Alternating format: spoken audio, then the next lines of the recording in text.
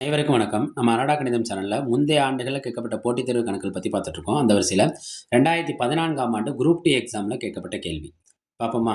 7 சிலந்திகள் 7 கூடுகளை 7 நாட்களில் கட்டினால், ஒரு சிலந்தி ஒரு கூட்டினை எத்தனை நாட்களில் கட்டும்? நம்ம என்ன சொல்லுவோம்? ஒரு நாள்னு சொல்லிருவோம். ஆனா கால்குலேஷன் மாறிரும். பார்த்துக்குவோம்.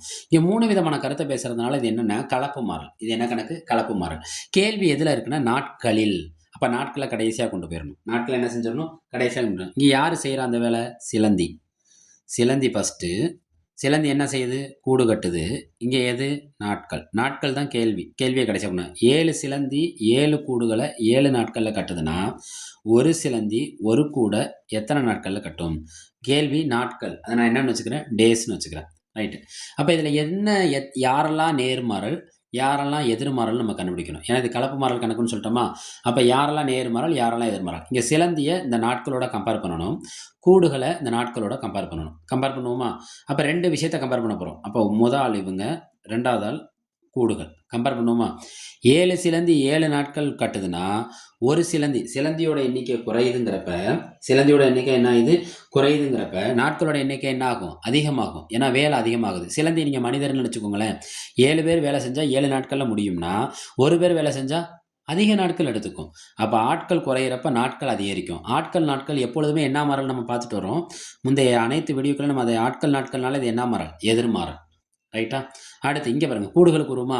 7 கூடு கட்ட 7 நாள் தேவைப்படுதுன்னா, ஒரு கூடு கட்ட கூடோட எண்ணிக்கை குறையிறப்ப கண்டிப்பா நாட்களோட எண்ணிக்கை என்ன ஆகும்? குறையும். 7 கூடு கட்டுறதுக்கு 7 நாள்னா, ஒரு கூடு கட்ட கண்டிப்பா நாட்களோட எண்ணிக்கை குறையும். அப்ப இது என்ன மாறல்னா, 2 ஒரே திசையில பயணிக்கிறதுனால, இங்க கூடுகளும் குறையுது, நாட்களும் குறையுது. அப்ப நேர்மாறல். மாறல்னா மாத்தி யோசிக்கணும். எதிர்மாறல்னா நேர்பின்னம். மாத்தி யோசிச்சிருக்கானா?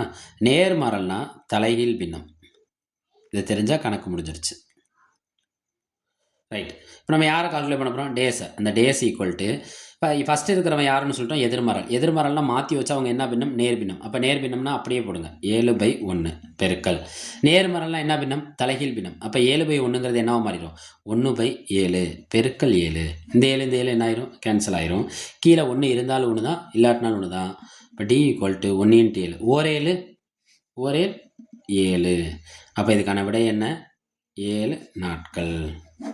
இதை அவங்க கொடுத்துருக்க ஆப்ஷனில் ஆப்ஷன் யாரை குறிக்கும்? சியை குறிக்கும். நம்ம அடடா கணிதம் சேனலை லைக் பண்ணுங்கள், சப்போர்ட் பண்ணுங்கள், ஃப்ரெண்ட்ஸ் அண்ட் ஃபேமிலிக்கு ஷேர் பண்ணுங்கள். நம்மளோட அடடா கணிதம் சேனலை சப்ஸ்கிரைப் பண்ணுங்கள். நன்றி.